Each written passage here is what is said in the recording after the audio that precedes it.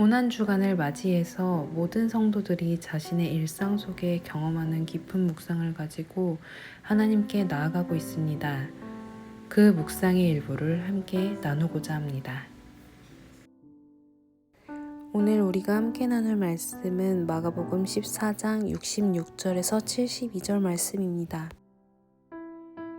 베드로는 아랫뜰에 있더니 대제사장의 여종 하나가 와서 베드로가 불 쬐고 있는 것을 보고 주목하여 이르되 너도 나사렛 예수와 함께 있었도다 하거늘.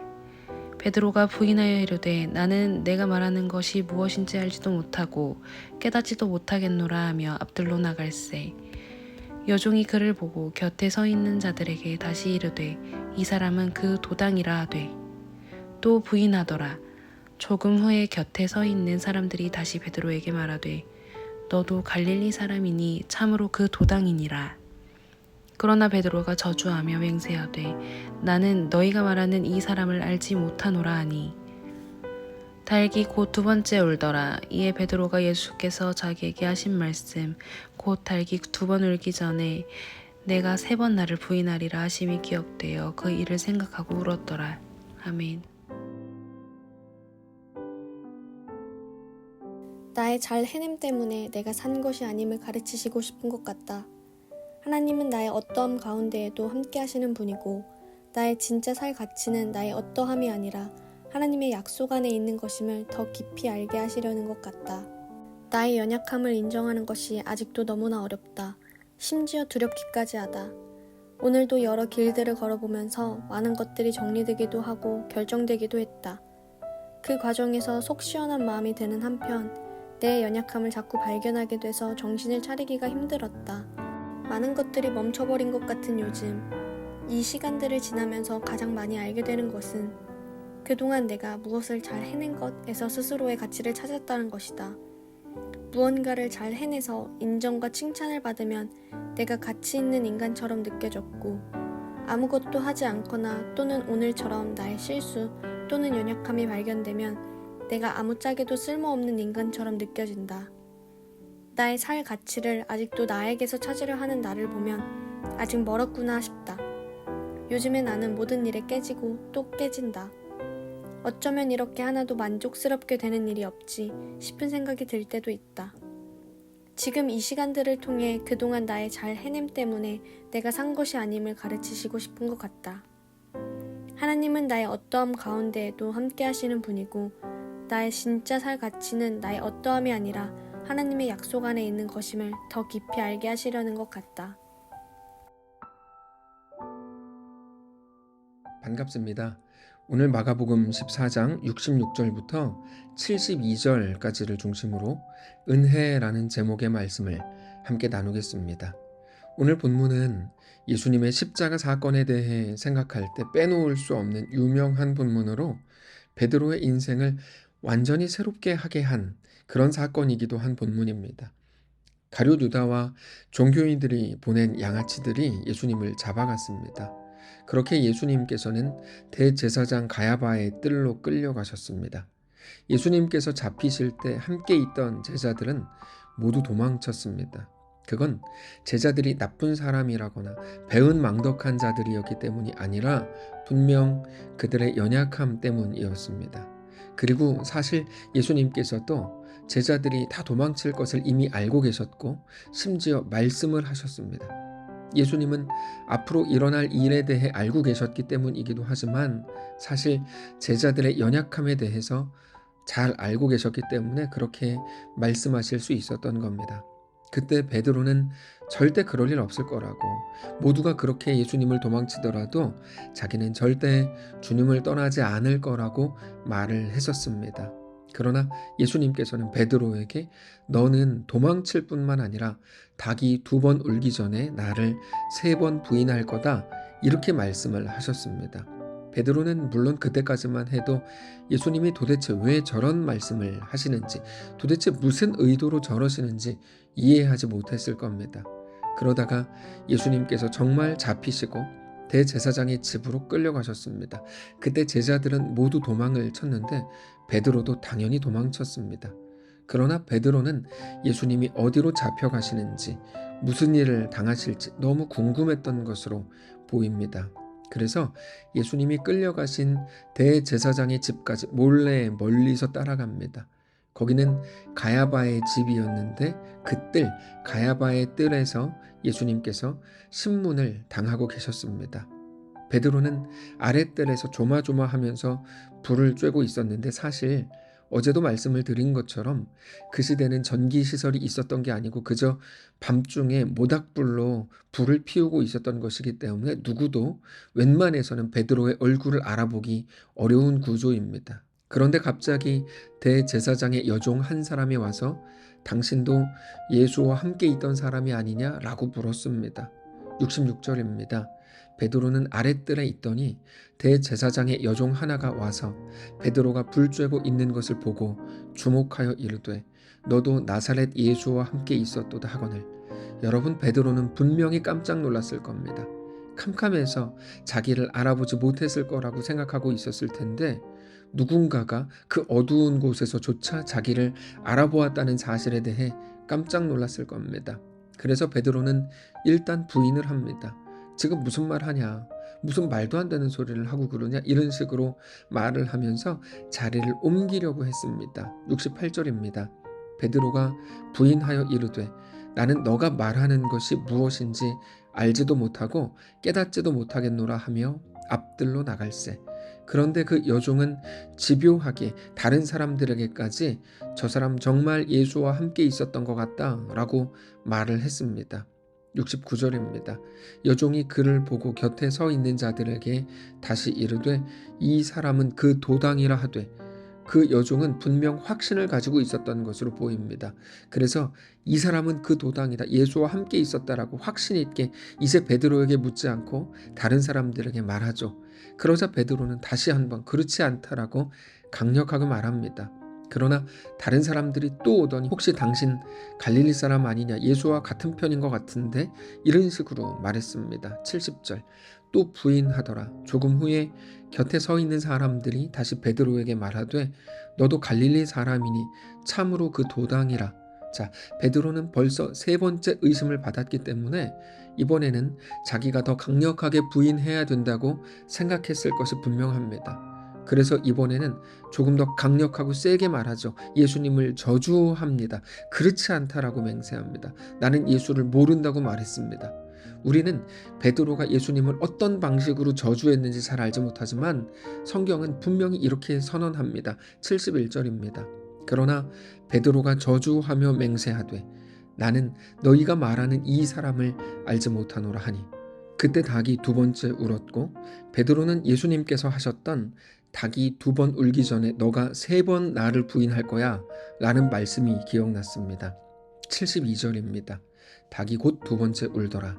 이에 베드로가 예수께서 자기에게 하신 말씀, 곧 닭이 두 번 울기 전에 너가 세 번 나를 부인하리라 하심이 기억되어 이 일을 생각하고 울었더라.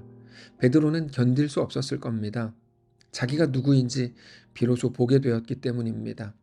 자기가 누구인지 자기 자신에 대해 대면하는, 마주하는 그 순간은 우리 모두가 누구나 괴로워하고 자신 없어하고 매우 힘겨워합니다. 베드로가 바로 그 순간인 겁니다. 베드로는 이제까지 예수님께서 나는 십자가를 지고 죽게 될 거야, 그러나 다시 부활할 거다, 그러니까 걱정하지 마 라고 말씀을 하셨을 때에도 베드로는 어떤 거리낌도 없이 내가 막을 겁니다, 그런 일이 일어나지 않도록 내가 주님을 보호하겠습니다 라고 말했습니다. 뿐만 아니라 방금 몇 시간 전에는 내가 이제 붙들려 갈 건데 너희는 다 나를 버리고 도망칠 거다, 그러나 걱정하지 마라, 나는 다시 부활해서 내가 먼저 갈릴리로 가 있겠다 라고 말씀하셨을 때에도, 그러니까 예수님께서 모든 것들을 하나하나 다 말씀하셨고, 그러나 두려워하지 마라, 내가 먼저 부활해서 거기 가 있을 거다, 이렇게 말씀을 하셨음에도 불구하고 베드로는 그럴 일 없습니다, 다 주님을 버리더라도 나는 그렇지 않을 겁니다 라고 당당하게 말했죠. 베드로는 언제나 자기 자신에 대한 믿음이 있었습니다. 여러분, 이게 무서운 겁니다. 자기 자신에 대한 믿음. 그런데 자기는 정말 그렇게 할 작정이었고 그렇게 할 수 있을 거라고 생각했던 것 같습니다. 그래서 자꾸만 그렇게 어쩌면 부정적으로 말씀하시는 예수님의 말씀을 들으면서 베드로는 너무 불편한 거죠. 예수님이 자기를 너무 몰라준다고 생각하는 거예요. 도대체 내가 어떻게 해야, 어떤 모습을 보여야 주님이 나를 믿어주고 인정해 주실까? 나는 괜찮은 사람인데 왜 나를 인정해 주지 않을까? 이런 생각을 했을 겁니다. 자기 생각에는 자기는 예수님이 말씀하시는 것보다 더 좋은 사람이고 더 훌륭한 사람인데 예수님은 자기에 대해 잘 몰라준다고 생각하는 거죠. 그러나 이제 베드로는 예수님이 그동안 말씀해 오셨던 자기의 실체를 보게 됐습니다. 이제까지 예수님께서 말씀하실 때 계속해서 부정했었던 자신의 모습을 비로소 보게 된 겁니다. 예수님의 말씀대로 닭이 2번 울었고 자기는 그 전에 예수님을 3번 부인했습니다. 그동안 자기를 살게 했던 그 자신감을 모두 잃은 순간입니다. 늘 자기 확신에 사로잡혀 있었는데 그게 무너진 겁니다. 닭이 울었을 때 베드로는 예수님의 말씀이 생각났고 자기 자신의 실체를 보는 순간 그것을 보는 게 너무 힘들어서 엉엉 울었습니다. 우리가 말씀을 대할 때 우리도 사실 자주 가지게 되는 느낌입니다. 자기가 믿고 있던, 아니 믿고 싶었던 자기 자신에 대해 부정당하는 느낌일 겁니다. 그래서 우리는 귀를 막고 싶고 견디지 못하겠다고 기분 나쁘다고 말하는 겁니다. 둘째 아들과 같습니다.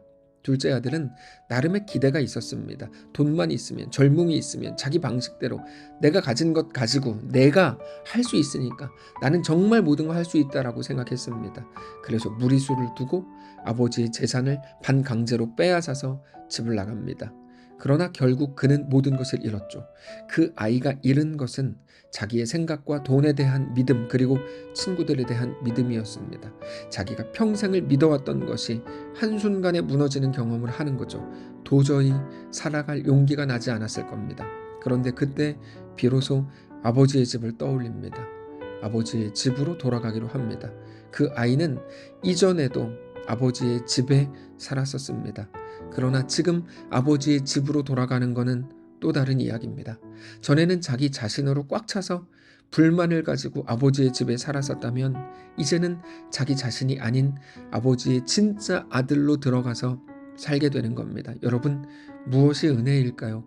우리는 우리의 생각대로 되는 것, 내 원함이 이루어지는 것을 은혜라고 생각하지만 그건 철저히 착각입니다. 우리가 원하는 것은 완전하지 않습니다.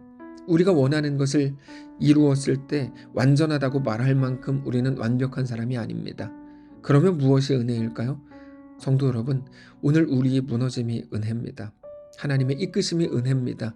은혜는 지금 힘들거나 힘들지 않은 것으로, 부유하거나 가난한 것으로, 건강하거나 약한 것으로 판단할 수 없습니다. 내가 원하는 것을 얻었거나 그렇지 못한 것으로 판단할 수 없습니다. 우리가 하나님의 이끄심 아래에 있다면 어떤 아픔도 어떤 고난도 은혜입니다. 오늘 본문은 베드로의 인생에 가장 귀한 은혜가 기록된 본문입니다. 굳이 설명하지 않아도 우리가 각자의 자리에서 조금만 생각을 해보면 놀라운 은혜인 것을 쉽게 알게 될 겁니다. 하나님께서는 오늘 우리 역시 그렇게 이끄십니다. 오직 은혜로 이끄시죠. 다만 이제 우리의 힘을 다 빼고 하나님 앞에 온전히 엎드리실 수 있기를 원합니다. 그래서 순종이 능력입니다. 우리의 힘을 빼고 나를 꺾고 끝내 은혜로 우리를 완성하실 우리 하나님을 믿음으로 바라보는 우리의 오늘 고난주간 되시기를 원합니다. 기도하겠습니다. 하나님, 하나님만 우리의 왕이요 전부인 것을 고백합니다. 나에게 대한 완전한 믿음이 이제는 무너지게 하시고 하나님만 신뢰하며 하나님만 믿고 의지하는 하나님의 온전한 백성으로 세워지는 우리의 날이 되게 하시옵소서. 감사드리며 살아계신 예수님의 이름으로 기도합니다. 아멘. 사랑하는 성도 여러분, 하나님께서 오늘 하루를 우리에게 허락하셨습니다. 이 소중한 고난주간에 하나님을 더 깊이 알게 되시길 원하고 하나님께 더 가까이 나아가시기를 원하고 오늘 하루가 그렇게 의미 있고 소중한 날들 되시기를 바랍니다. 그래, 살아보자. 계획이 없어도 준비가 되어 있지 않아도 함께 하시는 하나님이 있기에 주저하지 말고 하나님을 믿고 기대어 보자. 하나님, 저와 함께 하실 거죠? 나에게 주신 이 평화의 때에 나에게 주신 것들을 지키는데 급급하지 말고 하나님의 자녀로 성도로 귀하게 살아라. 또 믿는 자가 되라고 말씀하신다. 하나님께서 나에게 주신 이 평화, 이 기회를 믿는 자로 존귀하게 살아보길 소망한다. 하나님은 내 기준의 불편함을 넘어 더 영원하고 더 가치 있는 일들에 내 마음을 조정하게 하시고 순종하게 하심을 오늘 다시 기억해 본다. 그래서 그저 나는 발버둥칠 뿐이다. 어떻게든 하나님께로 돌아가려고 말이다. 하나님 안에 거할 때 하나님이 주시는 그 크신 사랑과 은혜가 오늘 하루도 나를 살게 했고 앞으로 살아가게 하신다. 결론은 더욱더 하나님의 일하심과 은혜를 구하며 순간순간 하나님을 아는 자로, 예수 그리스도의 부활을 아는 자로, 구원을 아는 자로 서야겠다는 생각으로 마무리하려고 한다.